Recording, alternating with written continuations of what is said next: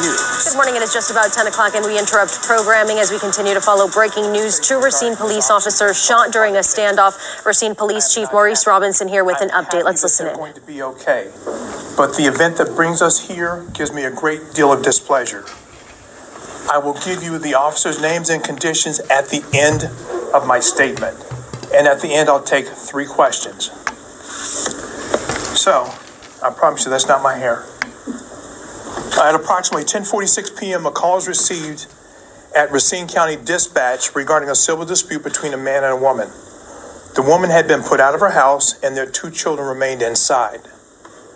Prior to police arrival at about 10:51 p.m., a male aged 26 stepped outside of the house, fired several shots into the air, then went back inside. Arriving officers were advised by the female victim that the subject had access to weapons and he had indeed fired into the air. Officers established a perimeter around the 2900 at a house around the 29 block of Gillen Street and attempted to make contact with the subject.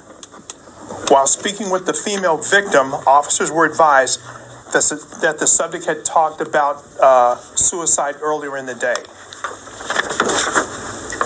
Our officers made several attempts to establish contact with the subject, including voice commands, at the door, by telephone, and by using the squad public address system.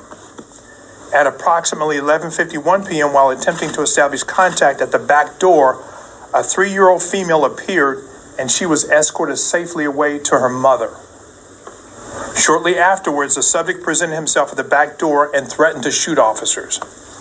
At that point, officers were able to visually confirm that he was armed with some type of long gun.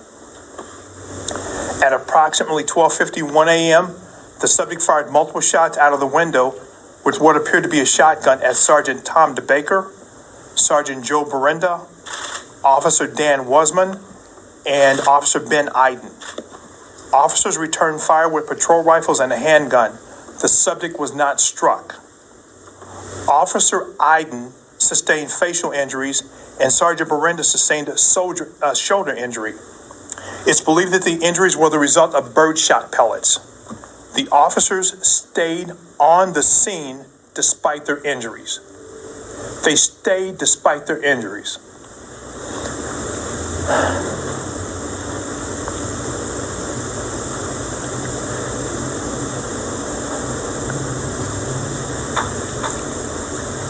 SWAT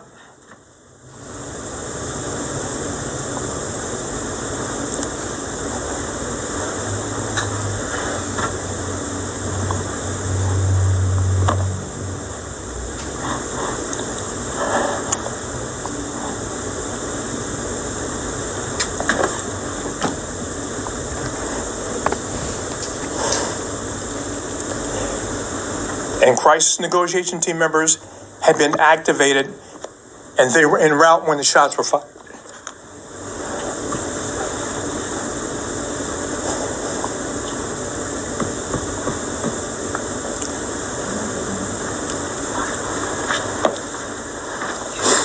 At approximately 1:05, the subject reappeared at the back of the house unarmed.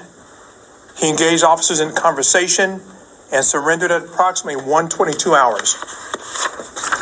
The subject was taken into custody, and he sustained superficial injuries. He was transported to a local hospital for medical evaluation and treatment before being transferred to the Racine County Jail.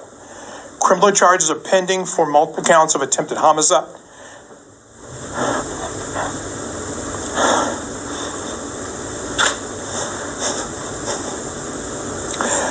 recklessly endangering safety, domestic violence, and disorderly conduct. Sergeant Berenda and Officer Iden were transported to a local hospital for evaluation and treatment. Their injuries are non-life-threatening, but they have had to sustain some minor surgeries. Sergeant Berenda has served over 10 years. Sergeant DeBaker has served for over 8 years. Officer Wasman has served for over 3 years.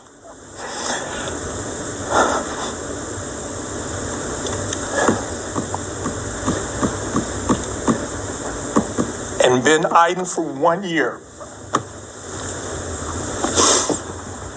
So as you can imagine, this investigation is still fresh. I haven't seen any body-worn camera footage. Having spoke with them about the incident, I spoke with them about their health. So in finishing, these officers worked through 2 waves of COVID, civil unrest, personnel shortages, canceled off days, and forced overtime without a contract for 2 years.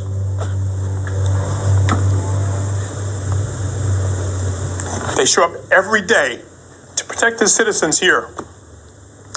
And I can't thank them enough for their dedication and their perseverance. I'll take 3 questions. Can you talk a little bit about staffing and what impact that's having on the department? I just did. But can you explain what the situation was with staffing? At this point, we are down over 20 officers. And what about next month? Probably another 5. And what's your message about public safety moving forward, being short those officers? We have reevaluated how we deliver those services, and we will continue to deliver those critical services. Some of the minor things we'll have to handle in a different way with online reporting or in person at the PD, and some things our customer service officers will handle. But for those critical things, these same officers will be there. Chief, you got emotional when you discussed that they stayed on scene despite their injuries. Where's your emotion come from? Is it the fact that they're hurt, or how proud you are of them? Both. Because of the things you mentioned? Both. To sustain a gunshot wound and stay on the scene, that's courage. That's dedication. Not only for the citizens here, but the other people out there on that scene. That's why they stayed. How is the family viewing the female and the 2? And we just are hearing here an update in the standoff in Racine leading to 2 police officers shot. Chief Robinson getting emotional through this news conference. One officer we now know was shot in the face, the other in the shoulder rather. Chief Robinson making clear that those 2 officers stayed on scene while they were injured. Charges are now pending for the 26-year-old suspect. Thank you for watching. Let's get you back to The View.